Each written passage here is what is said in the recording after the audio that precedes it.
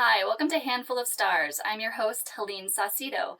Today we're going to be talking about the lifeline on the hand. It is one of the four major lines. Your lifeline swings around the thumb, around what is called the Mount of Venus right here.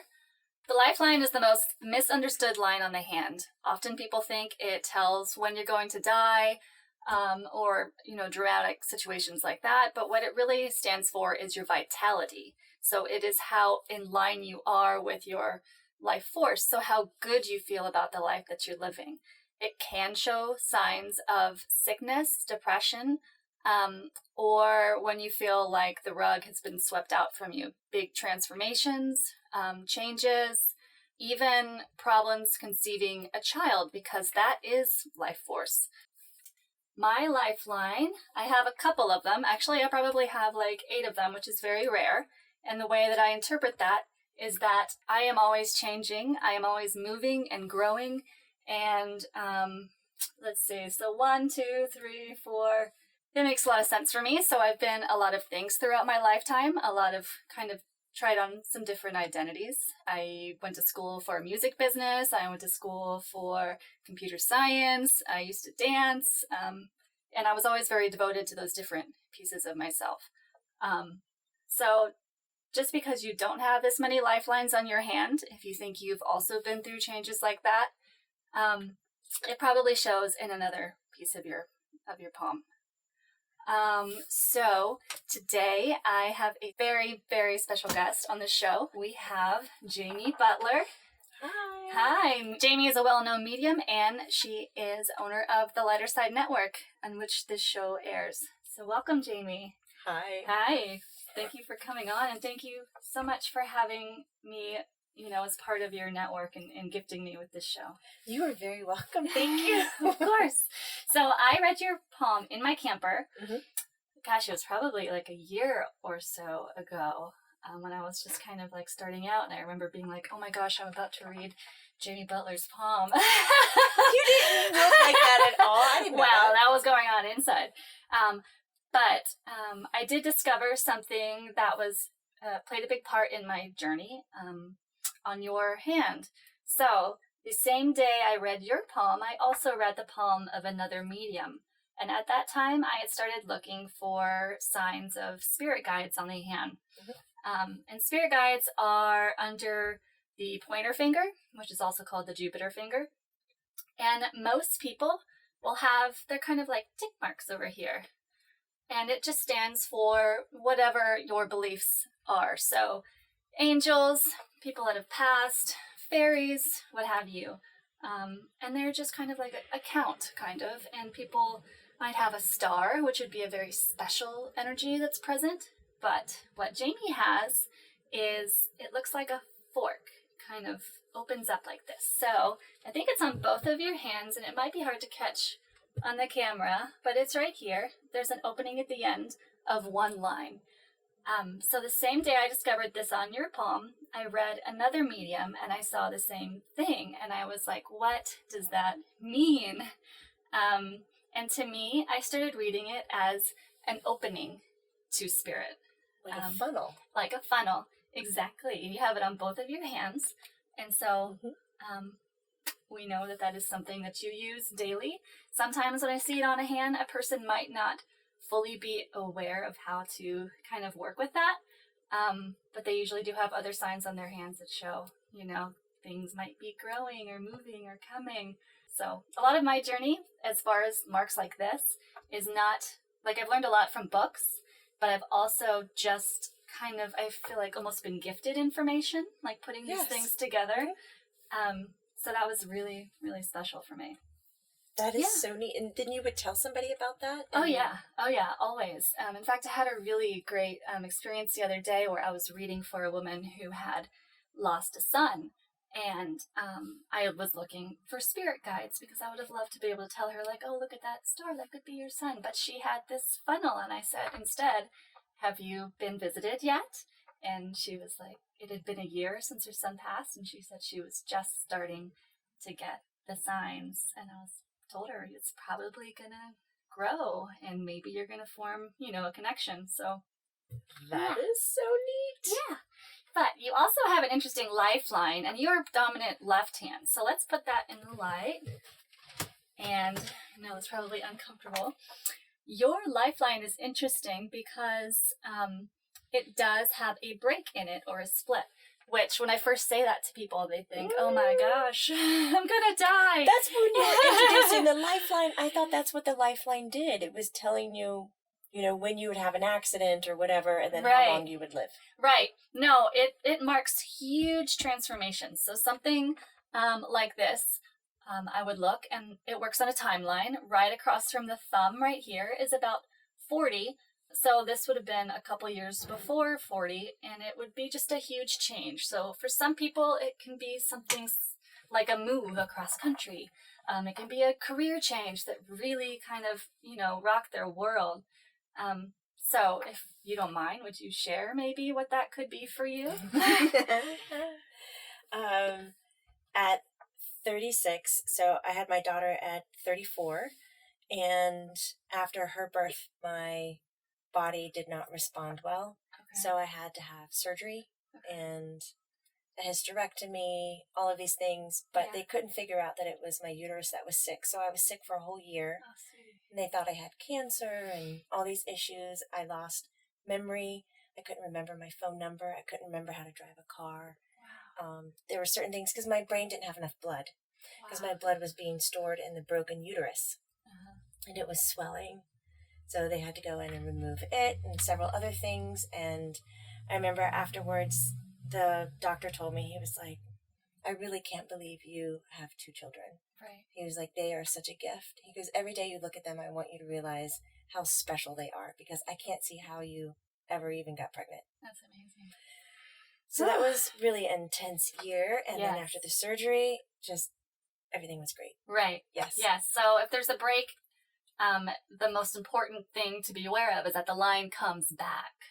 This doesn't mean death. It just means like, oh, okay, things are up in the air for a second. I don't know what's happening. So that's the break that you're talking about? That's the break right there. So oftentimes it is something like that. I have so many amazing stories.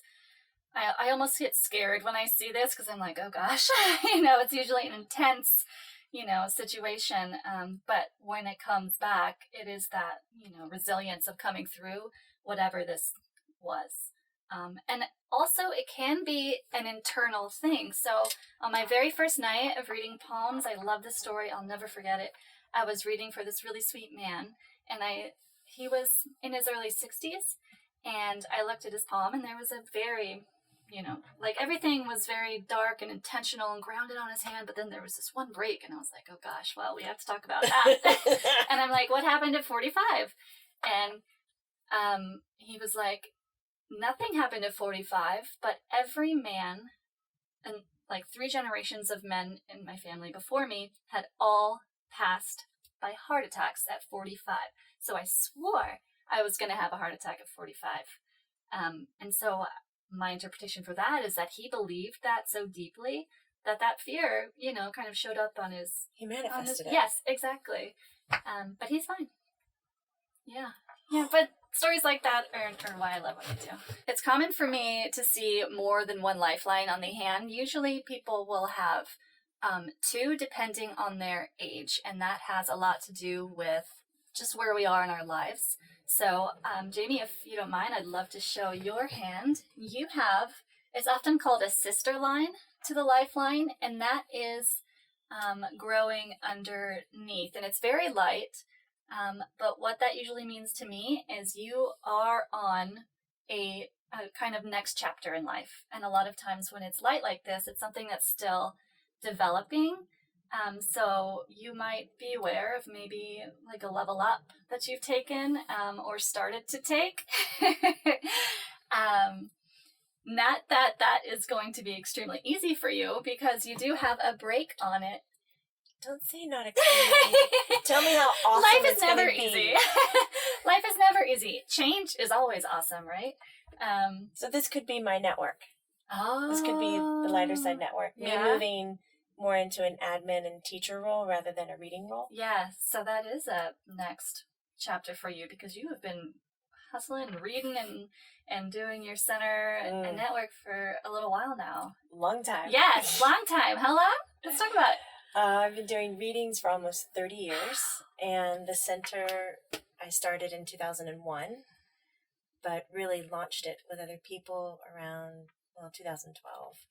So that's a little bit more of a baby, but the network is 2 years old. Yes, that's exciting. So that when I see lines like that, that makes me excited for the person, because it's oftentimes like new things that are shifting and coming for them and developing, and that excites me, as we see in my 8 lines.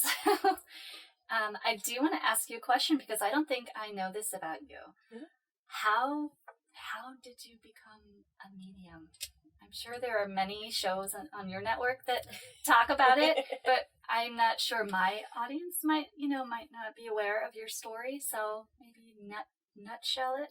Well, I guess the funnel shares it. Yeah. I grew up with it. Yeah. I could see the light and the colors off of the plants and the people and the animals. I just thought everybody else did that. Right. And a lot of my friends growing up were deceased. That sounds crazy, but they were beautiful, and they taught me a lot about life and caring for others and caring for animals. And at age 6, my mother was kind of done with dealing with this invisible world that I had, my imaginary friends. Mm-hmm. So they did their best to have me say goodbye to it and kind of just straighten up. Right. And so then it was just premonitions and claircognizant until I moved away to college, and it all came back. And I was seeing them again, realizing that it was quite different. And then from there, it was just managing it. I didn't have any dreams to grow up and have it as a career. Mm-hmm. I did college, I had my thing, and then it just started to consume. And so how did that career even start? I would do a few, you come unhinged when you're a little bit older and things like this happen. So I was 18. I found a woman named Marguerite Romes in Florida, and she helped me learn how to turn my abilities off. And in the process of studying with her, we had a group that we would meet every Tuesday night, 2 hours a week.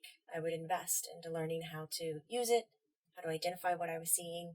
And then I would play around. I'd go to bars and airports when you used to be able to walk into an airport gate and look at energy and sketch it and talk to the people, understand what that color meant or how that personality was shaped by the colors I could see. So I was putting it together for myself, because there weren't any books out there like that back then.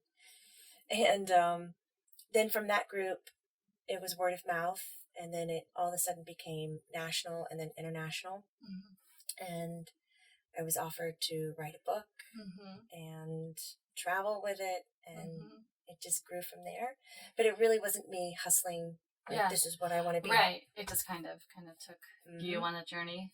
Yep. Yeah. So I just kept saying yes. So when you hear about other children, talking about imaginary friends, do you think that it's... Oh, I definitely perk up. Yes. Oh, I love that. I hope my daughter, I would be excited. I would be like, tell me more. That'd be great. Could you see imaginary friends on the I think those would be the spirit guides. Sometimes, and this is another interesting story, sometimes they'll look like, I mentioned stars earlier, and I read a woman who had 3 stars, and stars on the hand look like asterisks, and I was like, oh my gosh, what does this mean? And she was this very just professional, young professional woman, very well put together, and I'm like, what are you, some kind of like sorceress? And she was like, it's so funny that I have these 3 stars here, because I am constantly getting approached in public by mediums who are like, this person has to tell you this. This person has to tell you this. And she's put together these 3 different people, but they live on the hand too. So yeah, I would definitely look imaginary friend lines. That'd be great. I'll check my daughter's hand. Maybe that's what you can call it before, like, the age of, 8 or 10. It's like, oh, your imaginary friend lines, and then after that, they're your spirit guides. I love that, because I read for kids. Like, I do read 8-year-olds, and I try to keep it very, light and fun. Are you still printing your little girl's hands as she gets older? I am not I've caught a print from her once. I look at her hands usually when she's napping because she will not. The other day for the first time I actually looked. I was trying to see her tiny fingerprints, but they were too tiny. So fingerprints can mean things too, and a lot of times it's life purpose things. So I was kind of looking. What? Yes, I was looking at your prints before the show. I would say there's one print called a whirl that I usually look for, and it will look like literally like a swirl. You have one on your thumb a little bit. Let me see this in. And those are usually markers. Okay, so there's no way the camera's going to pick this up. But do you see how it's like a swirl on your... Yeah. Yeah, so that's called a whirl, which is a forensic term for these fingerprints. Let me see your other ones. Interesting, you don't have it as perfectly on there. I was looking for it, but it lived over here. And you have one on this finger as well. So the fingers that they live on talks about what that purpose is for you. So a whirl on the thumb is success. A whirl on your fourth finger, this is the finger of Apollo, which is creativity and healing. So successful, creative, and or healer.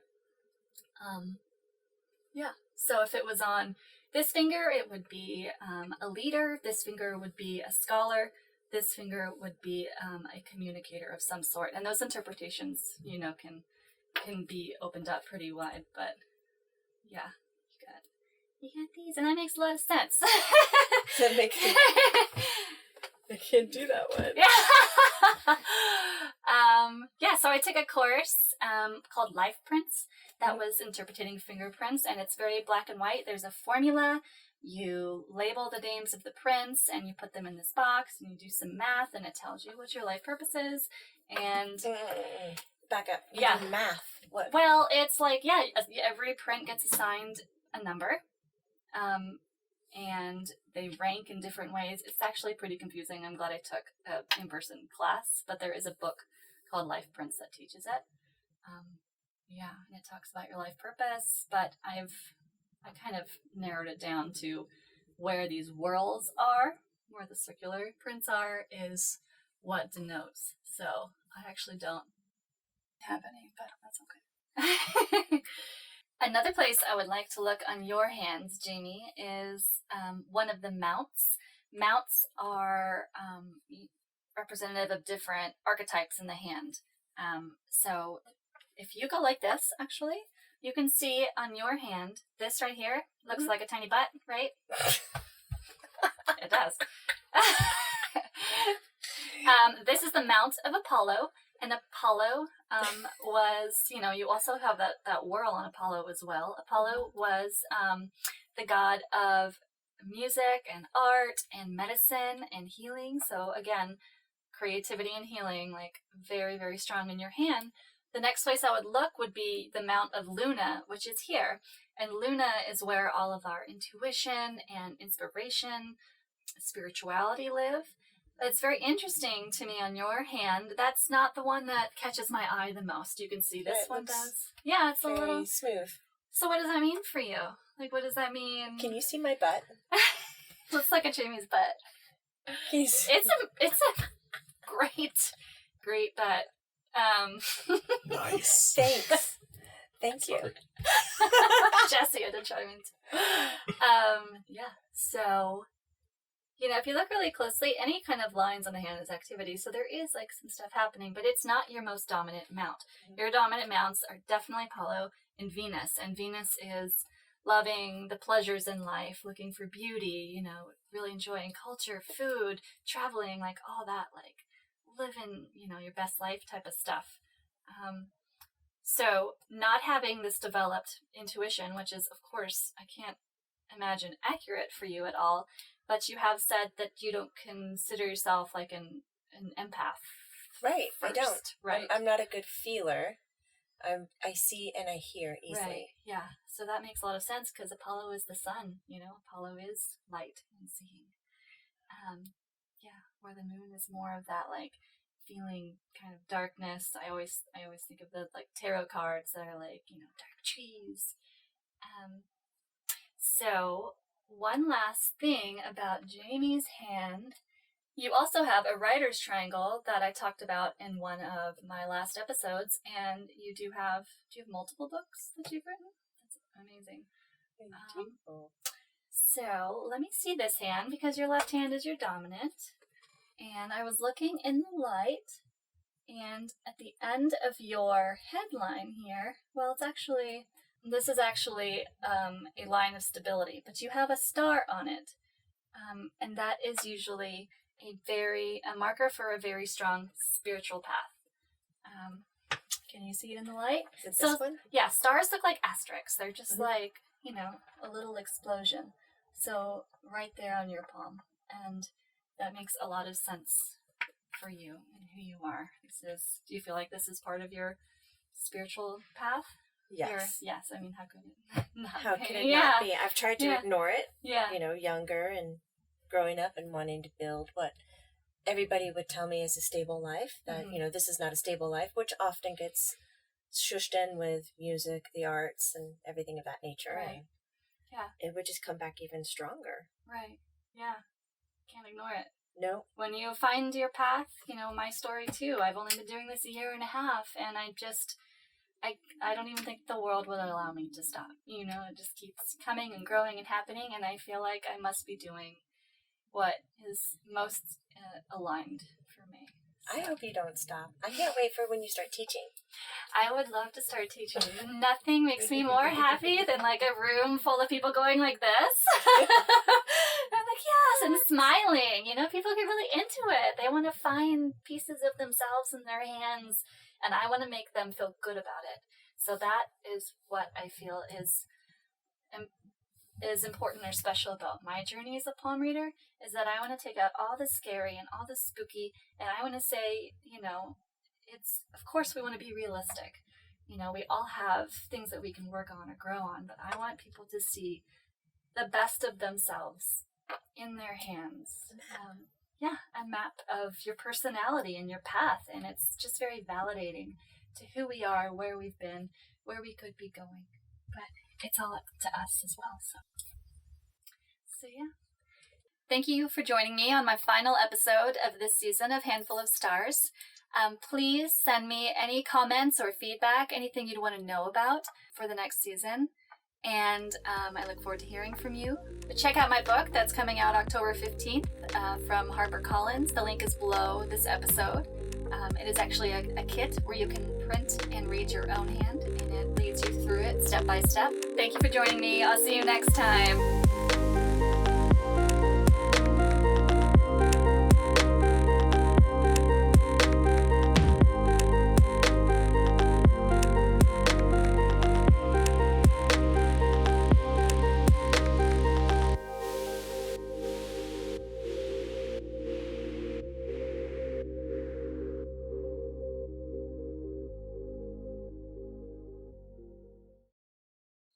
Your heartline, your headline, your lifeline. All right.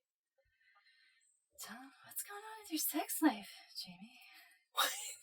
It's a little. No. Wait, you can see that on my hand?